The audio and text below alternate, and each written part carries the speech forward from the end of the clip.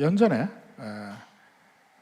그 마이클 샌델이라는 그 하버드 교수가 쓴 책 정의란 무엇인가, 이것이 한동안 엄청나게 유행을 했습니다.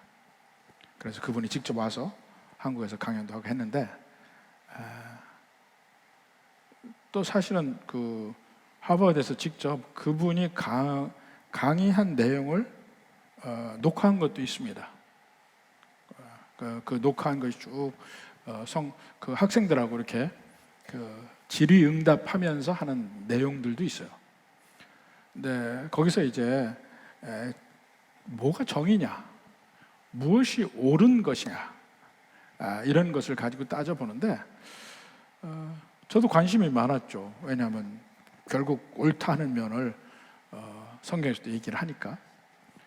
근데 거기에 보면 결론이 없어요. 결론이 없어.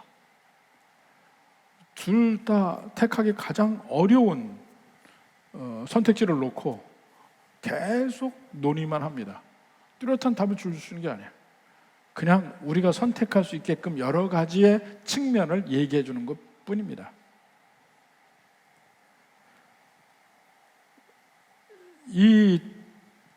그 정의란 무엇인가를 얘기하는 그 담론에서 보았듯이, 우리가 살아가면서 무엇이 옳으냐, 그르냐, 이것을 많이 생각을 합니다. 근데 그 옳고 그름이, 기준점이 사실은 많이 바뀌어요. 많이 바뀌어. 어느 문화에서 옳은 것이 다른 문화에서는 옳지 않고, 또 한 가지 행동이라도 어떤 때는 옳고 어떤 때는 그르게 판단이 됩니다. 가장 대표적인 예가, 나는 오로지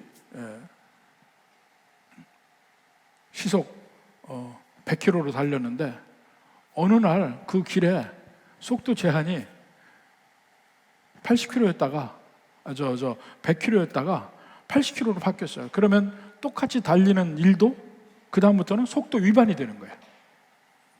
이런 그 시대적 차이, 문화적 차이, 뭐 여러 가지에 따라서 옳고 그름이 수시로 바뀌게 되는데, 우리가 성경의 말씀을 진리라고 하는 것은 변치 않는 옳고 그름이 있기 때문에 그렇습니다.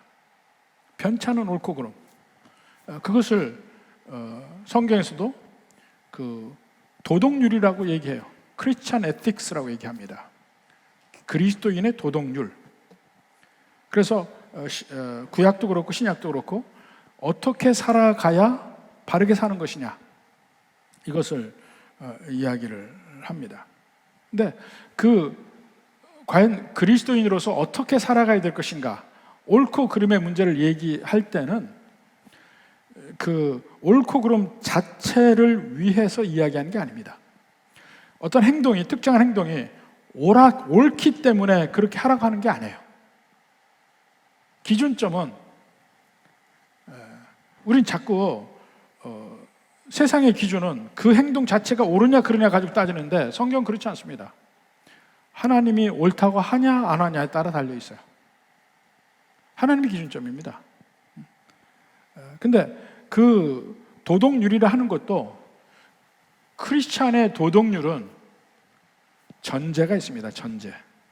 그 전제가 뭐냐면, 주님이 우리를 구원하셨다는 것. 그게 전제예요. 주님이 우리를 구원하셨다. 그리고 구원은 우리의 행동이나 우리의 생각이나 아무것도 들어갔지 않는 거예요. 하나님이 우리를 사랑하셔 구원하셨어요. 그러니까 구원하신 게 전제가 되어서 내가 하나님의 백성이 되고 하나님은 나의 하나님이 된 그 관계가 맺어진 상태에서 비로소 하나님이 우리에게 명령하시는 것들이 의미가 있습니다.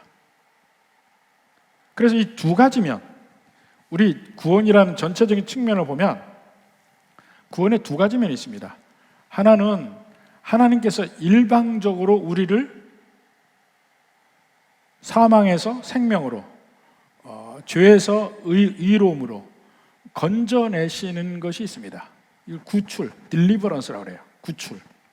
이게 하나님이 일방적으로 하시는 일이 있고, 그 일은 구원받은 백성에게는 이미 과거형으로 이루어진 일입니다. 그리고 그것을 우리가 문장 자체가 언제나 이미 이루어졌다 하고 서술 형태로 되어 있어요. 그래서 그것을 서술문 또는 인디커티브라고 얘기합니다. 그럼 구원받은 백성이 그 다음에 살아가는 거는 하나님이 복 주시는 대로 살아갑니다. 그래서 이 두 가지를 deliverance and blessing이라고 이야기를 해요. 근데 이 blessing의 측면이, 우리에게 복 주시는 측면이 우리에게 어떻게 임하냐면 하나님의 명령의 형태로 임합니다. 명령 형태로. 이렇게 하라 저렇게 하라는 명령의 형태로 임해요. 그래서 이것을 앞에 거는 인디커티브, 서술문이라고 하는데 뒤에 부분은 명령문 또는 임페러티브라고 얘기합니다. 인디커티브, 임페러티브. 그건 이제 문장의 형식을 가지고 얘기하고, 그리고 앞에 부분은 이미 이루어진 일, 그리고 뒤에 부분은 지금 이루어가고 있지만 완전히 이루어지지는 않은 일, 우리의 목표. 그래서 앞에 부분을 already, 뒤에 부분을 not yet, 이미, 그리고 아직이라고 얘기합니다. 이 구원의 두 가지 측면이에요. 그래서 하나님이 우리에게 주신 명령은 바로 이 두 번째에 있는 것입니다. 바로 이 위치를 알아야지, 이거 위치를 모르면은 상당히 우리의 삶에서 세상에서 이야기하는 도덕률과 차이가 없어져. 저는 이 대학 때 꼭 제 옆에 두었던 책이 마음의 샘턴가 마음의 그런 책입니다. 주로 이 동서양의 모든 사람들의 격언이라든가 좋은 말을 골라놓은 것들에 그 중에 많이 나온 게 중국 책 중에 책은담이라는 책이 있어요. 그 책은담에서 많이 인용한 구절들이 많이 있었어요. 논어에서도 인용하고 뭐 이렇게 한 구절들이 참 좋은 말들이 많았어요. 그대로 살면은 도덕적으로 살 것 같아. 근데 그것과 성경의 이야기와 차이점이 뭐냐고요. 엄청난 차이점이 있음에도 불구하고 믿지 않는 눈으로 보면 차이점이 보이지 않습니다. 근데 성경에서 이렇게 살라 저렇게 살라고 얘기하는 것은 언제나 전제가 내가 예수님을 믿고 예수께서 나를 구원하셨다는 것이 전제가 되어서 그 다음에 명령의 의미가 있는 겁니다. 예를 들어서 구약에도 보면 구약의 모든 명령의 가장 핵심은 10계명입니다. 10계명. 10계명이 출애굽기 20장에 나오는데 10계명이 나오는 것이 나 이에 다른 신을 섬기지 말라, 새긴 우상을 만들지 말라, 여호와 이름을 망령되이 일컫지 말라, 안식일을 거룩히 지키라, 이렇게 해서 10계명이 나오는데 출애굽기 20장 3절부터 쭉 나옵니다. 내 이웃에 대해서 거짓 증거하지 말라까지 해서 거짓 증거하지 말라, 또 탐심을 가지 말라, 이렇게 해서 10계명이 나오는데 10계명이 그 자체로 사실은 독립적으로 존재하는 게 아니에요. 10계명이 바로 그 앞에 20장 2절의 말씀이 있기 때문에 비로소 10계명의 의미가 있는 것입니다. 20장 2절에 뭐라고 되어 있습니까? 나는 너를 애굽 땅 종되었던 집에서 인도하여 낸 내 하나님 여호와니라. 이미 하나님이 이루신 구출, 딜리버런스, 이미 하나님이 이루어내신 것, 과거형, 인도하여 냈다. 서술문이죠. 인디커티브예요. 이게 전제가 되어서 그 다음에 명령문이 나오는 겁니다. 10계명이 앞에 내가 너를 구원하였다, 그러므로 너는 이렇게 행동하라, 이렇게 나오는 겁니다. 이것이 신약에도 그 형태를 그대로 가지고 있습니다. 그래서 신약에서 가장 그 형태가 가장 조직적으로 잘 나타나 있는 데가 에베소서예요. 에베소서 전부 6장으로 되어 있는데 1장부터 3장까지는 여러분이 나중에 보십시오. 전부 과거형으로 하나님께서 우리를 위해서 이루신 일에 대해서 적혀 있어요. 이렇게 하나님이 우리를 구원하셨다. 모든 과거형으로 되어 있어요. 자, 한번 볼까요? 자, 에베소 1장 18절 19절 봅시다. 너희 마음의 눈을 밝히사, 지금 바울이 기도하는 내용입니다. 너희 마음의 눈을 밝히사 그의 부르심의 소망이 무엇인지를 알기로 원한다. 성도 안에서 그의 기업의 영광의 풍성함이 무엇인지 알기로 원한다. 그 다음에 19절에 그의 힘의 위력으로 역사하심을 따라 믿는 우리에게 베푸신 능력의 지극히 크심. 전부 과거적인 것을, 하나님이 너희를 위해서 이렇게 하신 것을 너희가 알게 하시기를 구한다는 거예요. 이건 과거형이에요. 인디커티브예요. 서술문이에요. 하나님이 이렇게 하셨다. 우리에게 역사하셨다. 우리에게 소망을 주셨고 영광의 풍성함을 주셨다. 이걸 이미 주신 것을 알기를 원한다는 거예요. 자, 그 다음에 그게 1, 2, 3장의 내용이 핵심입니다. 그 다음에 4, 5, 6장은 그러므로로 시작해요. 4장 1절 봅시다. 그러므로는 앞에 1, 2, 3장 전체 하나님이 우리를 위해서 이루신 일, 예수 그리스도 안에서 이루신 일이 이렇게 일을 하셨다. 그러므로 주 안에서 같이 내가 너희를 권하노니, 이거 제안놓고 너희가 부르심을 받은 일, 부르심을 받았어요. 과거적인 거야. 그 일에 합당하게 행하라. 이것이 명령행위예요. 이게 구원의 두 번째 문제입니다. 합당하게 행하라, 명령. 그래서 4장부터 5장, 6장은 전부 다 명령형입니다. 이렇게 살라, 저렇게 살라, 전부 명령을 하는 거야. 그것이 크리스천 에틱스예요. 그리스도인의 도덕률이야. 근데 그 도덕률이라는 것이, 그러니까 그냥 그 자체가 옳기 때문에가 아니라니까요.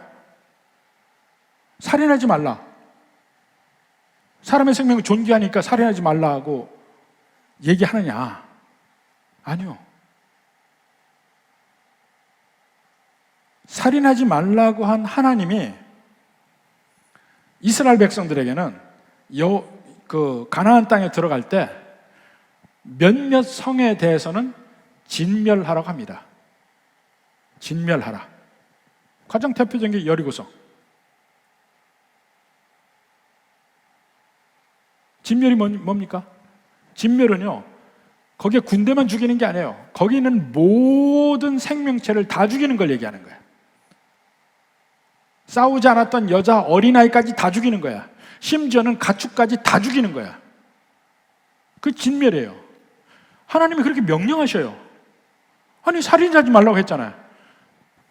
생명 자체가 존귀해서 살인하지 말라는 얘기 아닙니다.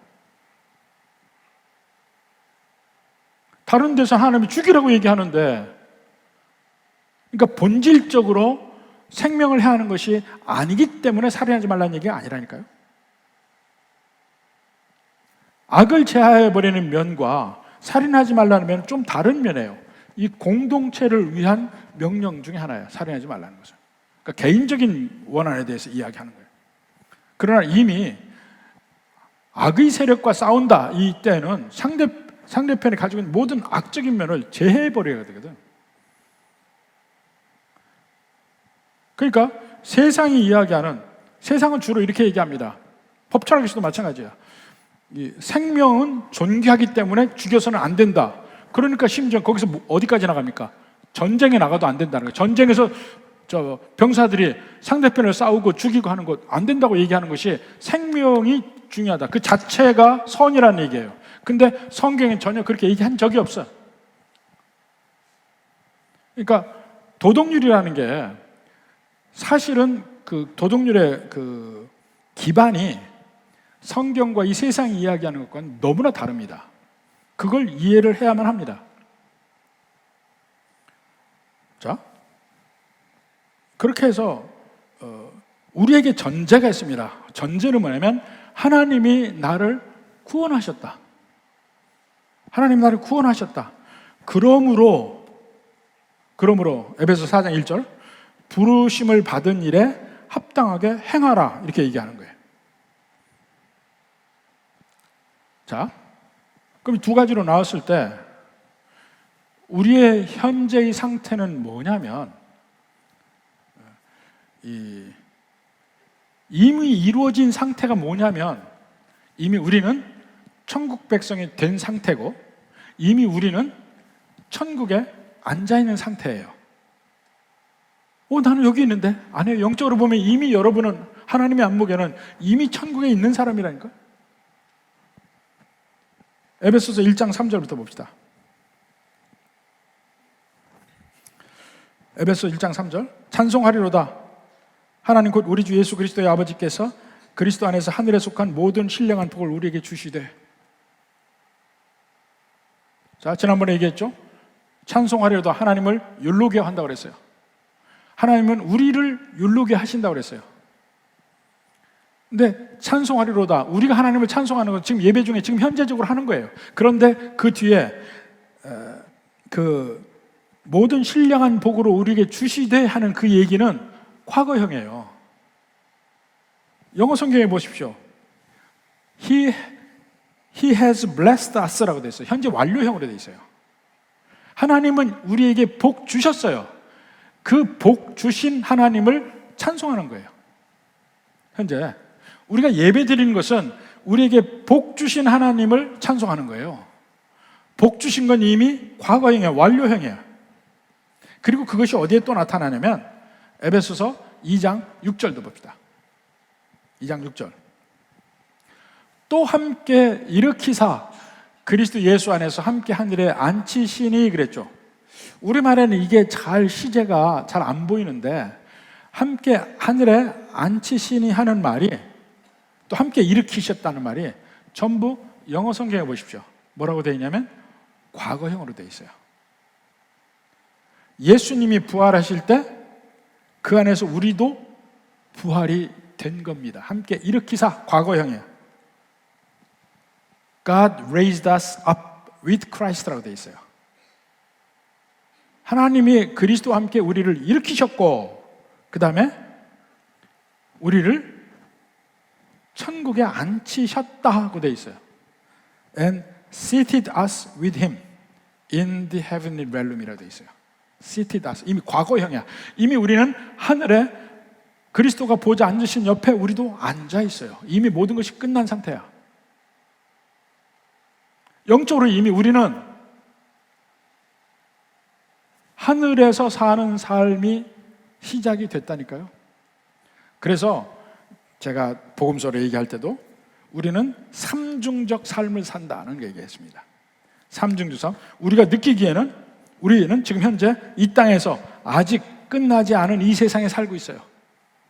여기는 죄 많은 세상, 사단이 지배하는 세상, 사단이 우리를 괴롭히는 세상, 온 세상에 죄와 허물이 엮여지게 있는 이 세상에서 우리는 아직 살고 있어요. 또 다른 삶은 이미 우리는 예수님이 십자가에 못 박히신 그때부터 이미 우리는 천국에서 살고 있어요. 이 삶은 계속될 거야. 이 세상의 삶은 결국 끝나는 날이 와요. 그렇지만 이미 우리 천국의 삶은 예수님이 초림하셨을 때, 처음 오셔 십자가 못 박히셔 부활하셨을 때 이미 시작이 됐어요. 이중적 삶이야. 삼중적 삶은 뭐냐면 여기서 그냥 사는 게 아니고 점차 마치 이스라엘 백성들이 애굽에서 나와서 가나안 땅으로 가는 그 광야 생활의 과정을 가서 그 가나안으로 가는 과정처럼 우리도 점점 우리 삶이 변화되어서 천국 백성처럼 수준이 달라지는 과정을 갑니다. 근데 그 과정이 갈 수밖에 없어요. 중간중간에 물론 오르막길 내리막길 오르막길 내리막길이 있긴 하지만 전체적인 과정은 갈 수밖에 없습니다. 갈 수밖에 없는 이유가 뭐예요? 여러분의 심령에 성령이 계시기 때문에 그래요. 여러분의 심령에 성령이 계시기 때문에 계속 여러분에게 마음을 주셔요. 천국의 마음을 주시고 천국의 삶을 살라고 하시고 그 하나님 우리를 계속해서 격려하고 충동하고 또 죄를 지을 때 죄의식이 있게 하시고 계속 이렇게 해서 우리로 하여금 천국 길로 가게끔 해요. 그 확신을 이야기한 것이 로마서 8장이에요. 그 전까지는 죄의 법과 사망의 법 때문에 나는 항상 죄와 싸워서 지고 죄를 짓잖아요. 그러니까 7장 마지막에 뭐라 합니까? 오호라 이 사망의 몸에서 누가 나를 건져내랴. 바울의 탄식이 나옵니다. 그런데 그때 그러므로 우리 주 하나님에 대해서 감사한다니까요. 왜 감사하냐? 성령을 주신 것이 엄청난 차이를 주는 거예요. 그 로마서 8장 봐요. 우리는 이기게 돼 있다니까. 왜 이겨요? 내 속에 성령께서 나를 그리로 인도하시니까. 근데 그 과정에서 가는 길을, 방향을 잡고 그 길을 우리도 가야 돼. 성령의 도우심으로. 어떤 땐 지고 어떤 땐 이겨요. 그래도 끝까지 가야 돼. 그 과정에서 우리에게 명령형으로 주시는 거예요. 여러 가지 명령을 주시는 거야. 이렇게 가라, 저렇게 가라. 이 방향으로 가야 된다. 이건 버려야 된다. 이거는 잡아야 된다. 계속 이것이 나오는 겁니다. 그러니까 이 면을 이해를 해야 성경에서 우리에게 여러 가지 명령을 하시는 것이 바르게 이해가 되는 거예요. 그러니까 좀 비유를 들어서 얘기를 하면, 우리는 거지 생활 하다가, 마치 동화에서처럼 거지 생활 하다가 어느 날 왕이 우리를 불러서 왕자로 만드신 거야. 공주로 만드신 거예요. 근데 갑자기 불려서 왕궁에 가긴 했는데 믿어지지가 않아요, 잘. 그리고 거지로서의 습성이 남아있어요. 거지의 특징이 뭡니까? 우선 안 씻죠. 안 씻어. 그리고 거지의 특징 중에 하나가 대부분 시간 개념이 없어요. 아침에 일어날 시간은 자기 마음대로 일어나는 것이고, 안 씻고, 오늘도 또 내게 먹을 것이 있나 싶어서 어디 또 내가 국어를 하러 가야 되나 생각도 하게 되고, 이런 것들이 있는데 계속해서 옆에서 이야기를 해주는 거야. 이제 당신은 왕자야. 당신은 공주야. 좀 왕자답게 살아. 공주답게 살고 왕의 자녀답게 살아. 그게 성경에 나오는 모든 명령들입니다. 그러니까 세상의 것과 완전히 다르다니까요. 성경의 명령이 바로 그런 명령이에요. 당신은 이미 하나님의 자녀가 되었으니까 이제는 앞으로 좀 하나님의 자녀답게 살아. 그것과 세상이 이야기하는 건 뭡니까? 본질적으로 이게 선이고 이게 악인데 이대로 해야 돼. 그렇게 하면 당신은 점점 다른 사람보다도 높은 사람이 될 수 있어. 이게 세상의 도덕률이에요. 다른 사람에게 존경을 받고. 제가 전에 한번 얘기했죠. 시골 동네 가보세요. 입구에 항상 큰 돌이 하나 있어. 그리고 거기 뭐라고 써 있어요? 바르게 살자.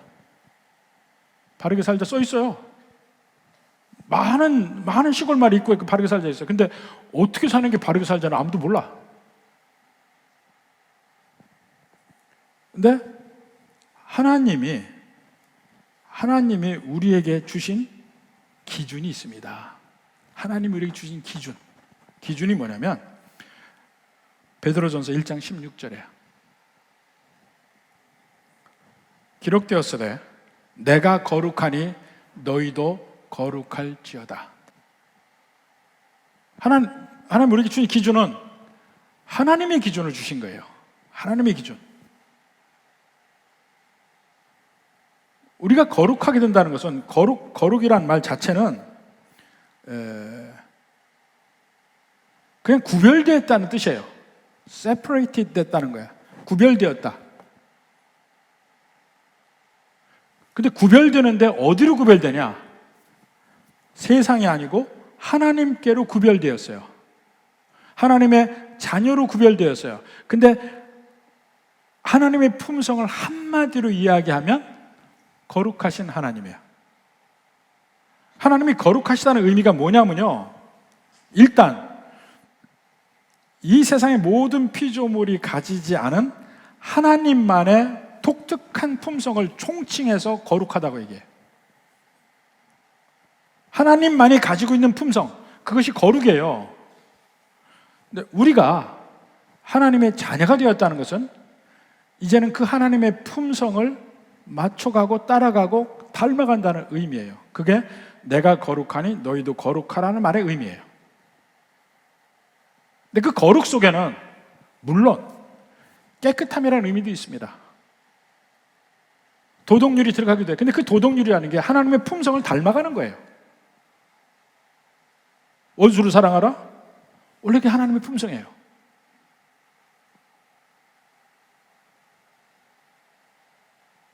우리가 구원받는 이유는 하나님의 원수를 사랑하는 품성이 있기 때문에 우리가 구원받는 거야. 하나님 인간을 창조하셨는데 인간 하나님을 배신했어요. 하나님은 하나님을 인정하지 않고 자기가 하나님 되겠다고 배신했어. 결국은 하나님과 분리되었죠. 하나님과 인간은 적대관계라고 그래요. 그런데 하나님이 그 적대관계였던 인간을 찾아오셔서 그 인간과 관계를 회복하는 것이 복음이에요. 원수를 사랑하신 하나님의 측면이 하나님에게 있다니까. 근데 그 하나님의 품성을 우리에게 표현하는 거야. 내가 거룩하니 너희도 거룩하라. 내가 원수를 사랑하니 너희도 원수를 사랑하라 얘기하는 겁니다. 그래서 원수를 사랑해야 되는 거야. 근데 원수를 사랑하면서 뭘 느껴요? 원수인 나를 사랑하신 하나님을 느끼게 되는 거예요. 그러니까 모든 도덕률은 그 도덕률대로 행하면서 내가 착한 일을 했다 이렇게 생각하면 안 된다니까요. 하나님이 얘기하신 그 명령들을 지키면서 하나님의 품성을 깨달아가는 거예요. 하나님의 품성이 이런 것이구나 하고 느끼는 거예요. 자, 그래서 먼저 일반적으로 1절, 2절에서 얘기합니다. 그러므로 형제들아, 여기도 그러므로라고 되어 있죠. 하나님이 하신 일, 그러므로 형제들아, 우리가 끝으로 주 예수 안에서 너에게 구하고 권면하노니 너희가 마땅히 어떻게 행하며 하나님을 기쁘시게 할 수 있는지를 우리가 배웠으니 곧 너희가 행하는 바라 더욱 많이 힘쓰라. 하나님의 백성으로, 하나님의 자녀로서 하나님처럼 행동하기 시작하면 하나님이 기뻐하십니다. 이미 데살로니가 성도들은 그렇게 하고 있어요. 그렇지만 그게 전부가 아니거든. 더욱 그것에 힘쓰라는 거야. 더욱 많이 힘쓰라. 점점 하나님을 닮아가는 삶으로 가까이 가라는 얘기입니다. 그러니까 삶의 방향은 하나님을 닮아가는 삶. 근데 그 삶의 방향은 내가 한 번 했다고 끝나는 게 아니고 점점 더 하나님을 닮아가는 면으로 가까이 가는 그 계속된 여정. 어디서 끝나요? 내가 죽을 때까지 안 끝나는 거예요. 그러면서 그 다음에 거룩함에 대한 이야기입니다. 3절에 하나님의 뜻은 이것이니 너희의 거룩함이라 곧 음란을 버리고 이렇게 나옵니다. 자, 하나님을 기쁘시게 하는 삶을 얘기하면서 여기서 크게 두 가지를 얘기합니다. 성적인 거룩함, 그 다음에 형제사랑, 두 가지 얘기하는데 형제사랑 다음에 얘기하고 오늘 성적인 거룩함에 대해서 이야기를 하는데 사실 이 성적인 거룩함을 이야기하는 것은 그 당시 데살로니가의 삶에서 이야기하는 것도 물론 어렵고 지금도 어렵습니다. 그 당시 데살로니가 보면 정말 이 교통의 중심지죠. 그리고 커다란 항구 도시죠. 사실 상당히 성적으로 문란할 가능성이 많은 도시입니다. 오늘날도 마찬가지 우리는 어느 때보다도 성적으로 개방된 사회에 살고 있습니다. 옛날에는 덜했느냐? 덜하진 않았어요. 그것이 더 오늘날엔 드러날 뿐이야. 덜하지 않았어요. 내내 모든 인류의 삶에서 그런 성적인 거룩함이 없는 생활이 많았습니다. 그 당시 보면 데살로니가 그 당시에 보면 그리스 로마 시대 보면 그 결혼 관계라는 게 상당히 그저 법적인 관계의 가능성이 굉장히 많습니다. 그 당시에 성매매는 거의 합법적인 직업이었어요. 합법적인 직업. 성매매 하는 것이. 그래서 이 터키 그리스 가보면 알지만 특히 그 에베소의 유적이 거의 그대로 발굴이 되어 있는데 거기 그 유명한 그 도서관 앞에 보면 보도가 있습니다. 돌로 된 보도가 있는데 그 보도에 사람의 발이 새겨져 있어요. 발이 이렇게 새겨졌습니다. 그 발이 뭐냐면, 그 발이 새겨져 있는 걸 따라가면 어디로 가냐면 이 창녀의 집으로 따라가는 거야. 대놓고 큰 도서관 제일 번화가에 그 창녀의 집을 가는 선전이 돼 있다니까요. 그럴 정도로 공공연하고 공개적인 직업이었어요. 그 바울 시대보다 한 300여 년 전에 그 그리스 시대, 남쪽 아가야 헬라, 아가야 지방이 있고 북쪽에 마케도니아가 나라가 있을 때 막 마케도니아가 새로 번성하기 시작합니다. 필립이라는 왕이 있었습니다. 그래서 필립 왕이 남쪽 아테네와 그 펠로폰네소스 반도의 모든 도시 국가들을 점령하려고 합니다. 그때 강력하게 저항해서 싸운 사람 중에 그 데모스테네스라는 유명한 웅병가가 있어요. 그거 모아서 필립을 저항하고 싸우고 이렇게 했습니다. 결국 그 아들인 알렉산더 대왕이 나와서 아래를 완전히 평정을 했지만, 필립 때도 한번 평정을 했지만 그가 그 유명한 웅병가인 데모스테네스가 한 말이 있습니다. 남자들에게는 그 당시 상황을 그 대변해서 얘기한 거예요. 아내의 역할은 가정을 돌보고 가정에 상속자를 낳는 역할을 하는 것이다. 그 다음에 남자에게는 그런 법적인 상속자를 낳는 아내가 있고, 그 다음에 누가 있냐면 헤타이라가 있습니다. 헤타이라는 뭐냐면 그 영어 표현으로 미스트레스라고 하는데, 성적인 관계도 같이 하고 모든 그 인텔렉츄얼한 거, 그러니까 같이 이 철학도 논하고 문학도 논하고 이렇게 할 수 있는 그러한 어떤 동반자적인 여자가 또 따로 있어요. 이 사람은 같이 자유시민이야. 자유시민 중에 여자가 또 따로 있는 거야. 세 번째는 팔라케이라고 해서 이 사람은 콘큐바인이야, 첩이야. 이건 노예 중에서, 대개 노예 중에서 순전히 자기의 성적인 쾌락을 위해서 택하고 옆에 두는 여자. 네 번째는 포르네이라고 하는 그저 언제나 돈을 주고 살 수 있는 창기.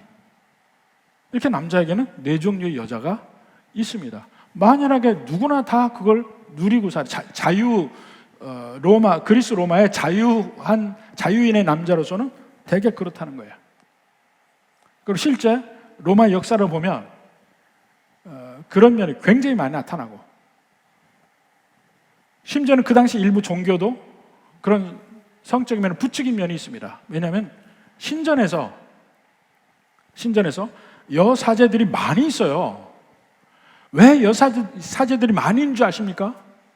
신전 일이 크고 많아서가 아니야. 그 여사제들이 뭐냐면 남자들이 와서 신전에서 제사를 드리면 그 제사 중에 일부 그 행사 중에 하나가 뭐냐면 제사를 드리고 나서 그 신전의 여사제와 잠자리를 같이 하는 행위입니다. 바알 신 때도 그랬고 다른 많은 신전에서도 이 일이 행해졌어요. 그 제사의 행위 중에 하나인 것이 뭐냐면 바알 신화 때 제가 얘기했습니다.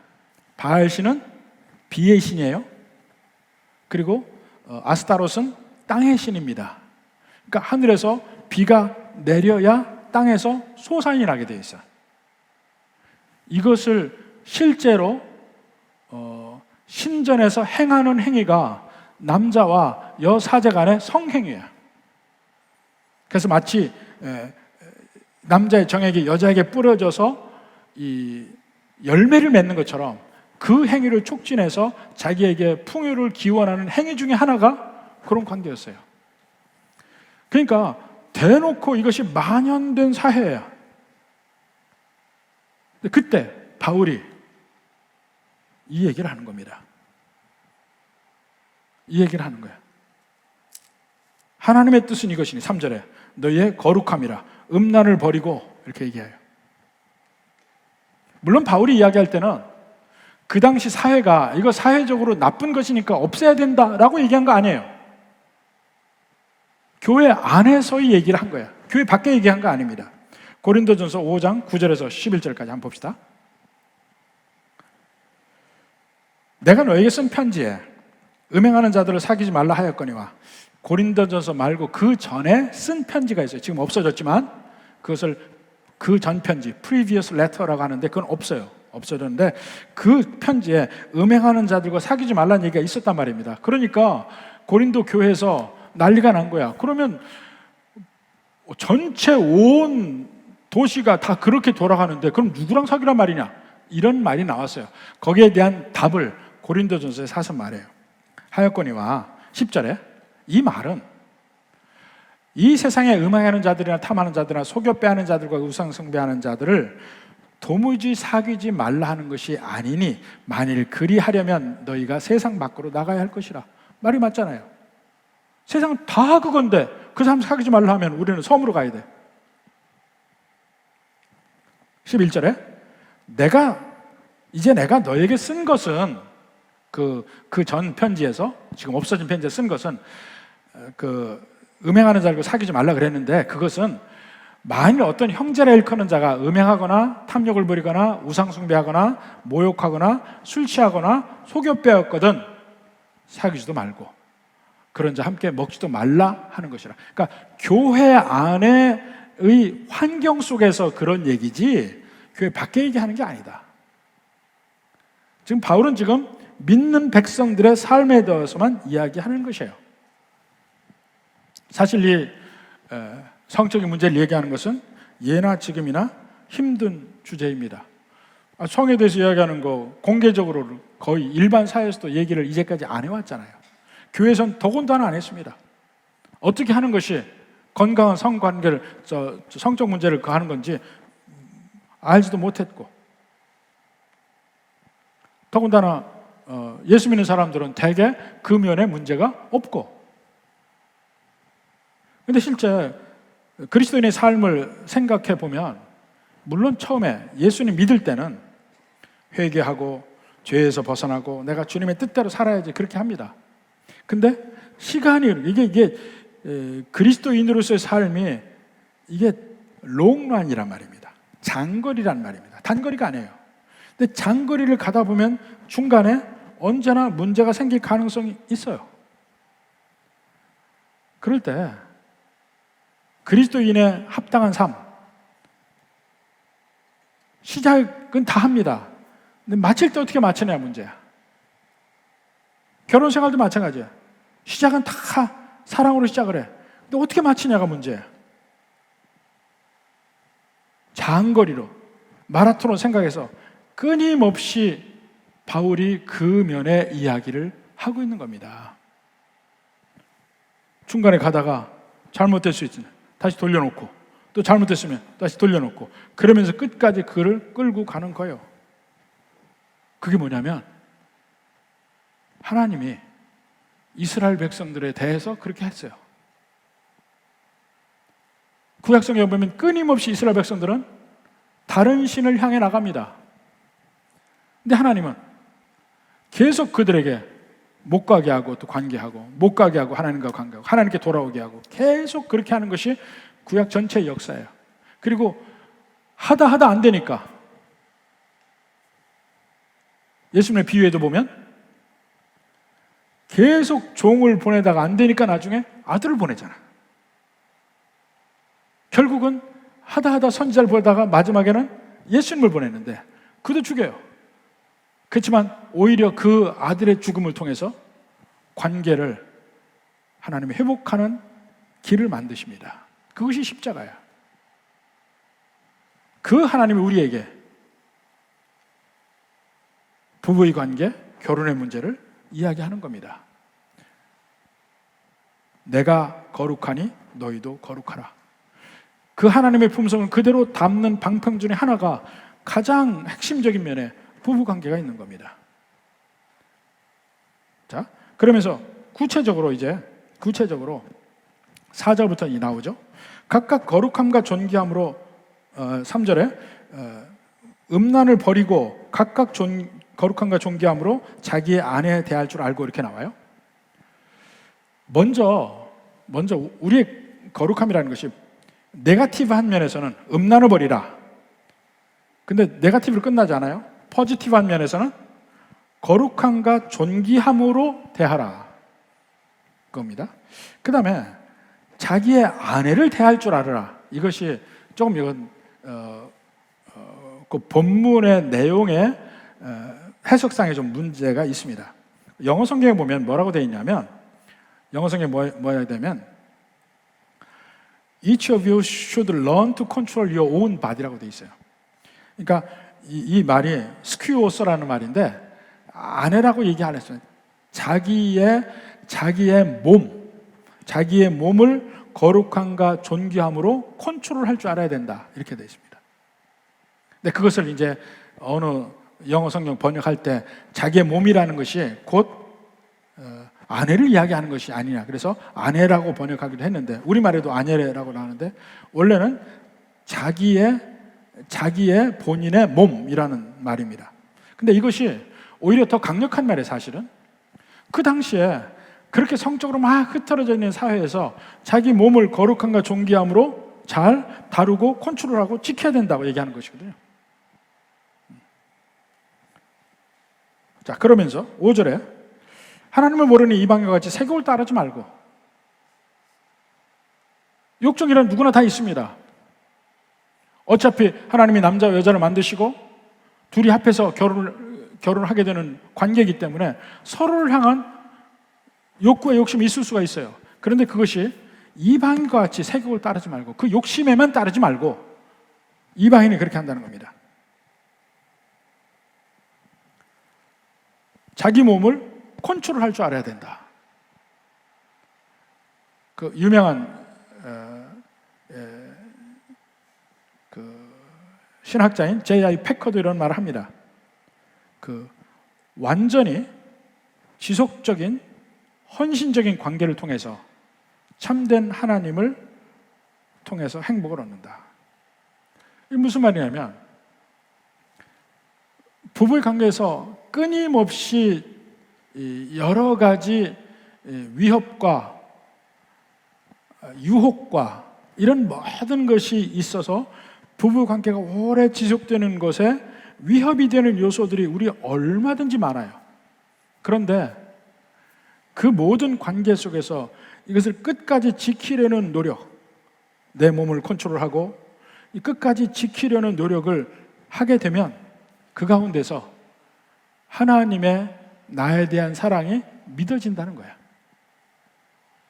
하나님 이스라엘 백성들 그렇게 한 것이 우리의 삶에서 그대로 내가 언약을 맺었어요. 상대편에게 사랑한다고 언약을 맺었으면 그 언약을 맺은 대로 끝까지 그걸 지키려고 노력해 가요.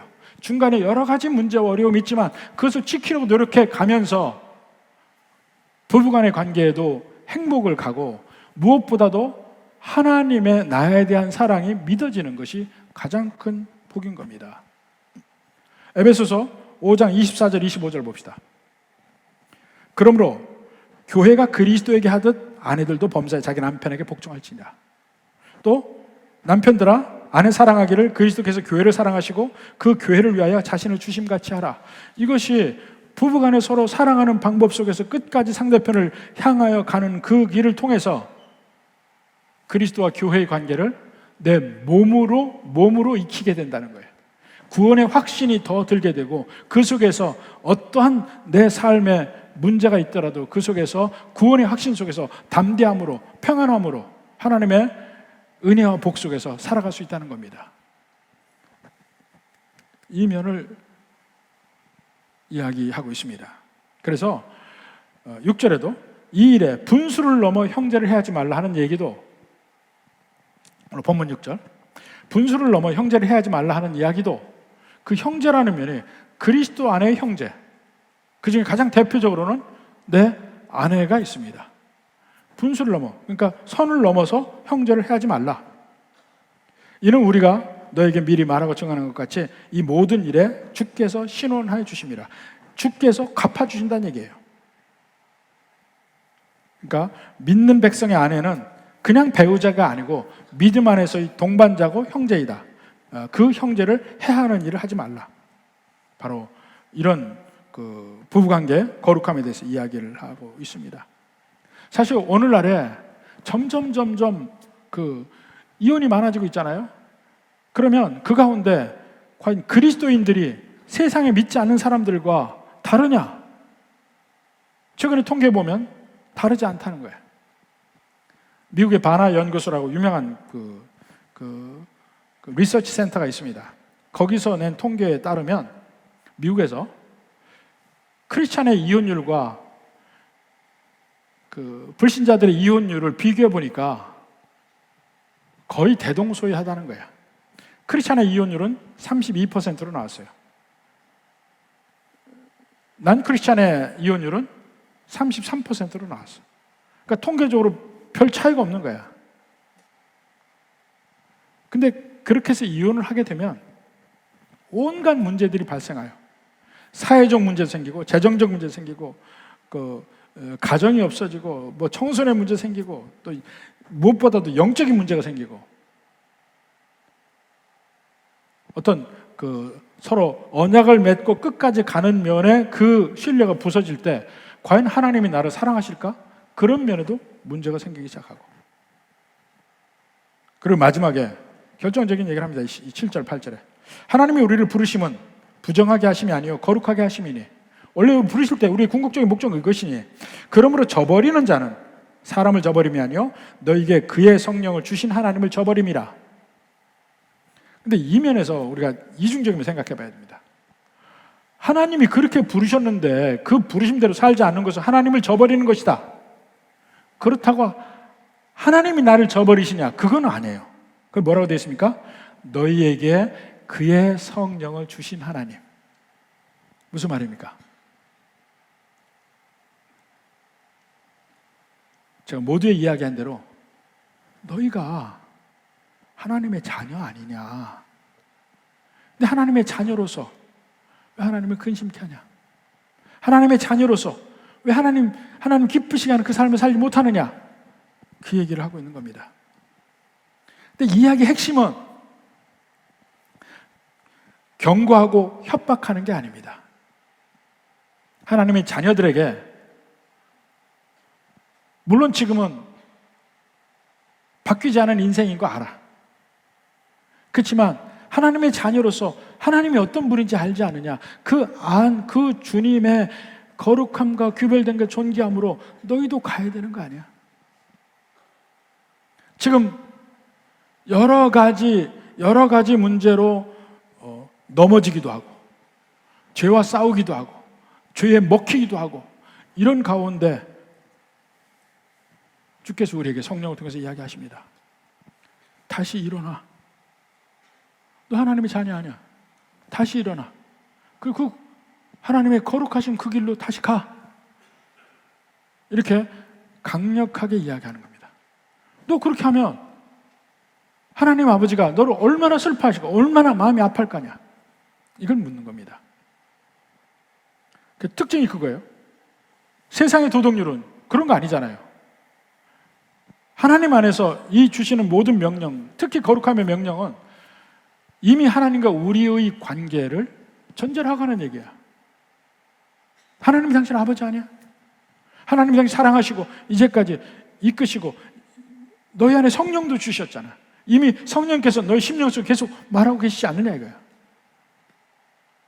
그래야 해서 어느 길을 갔든 다시 하나님이 기뻐하시는 그 길로 갈 수 있게끔 만드는 겁니다. 여러분은 지금 여러분의 영적 인생에 어디에 계십니까? 하나님이 부르시고 여러분의 심령 속에 성령이 이야기해 주시고 여러분을 격동하시고 다시 주님의 뜻 안에서 존귀하고 거룩함 속에 가라고 이야기를 하십니다. 바로 이러한 은혜가 이미 하나님이 우리 주신 것을 다 이루기 위해, 다 누리기 위해 끝까지 포기하지 않고 다시 일어나고 하나님 뜻대로 갈 수 있는 모든 주의 백성 되기를 주님의 이름으로 축원합니다.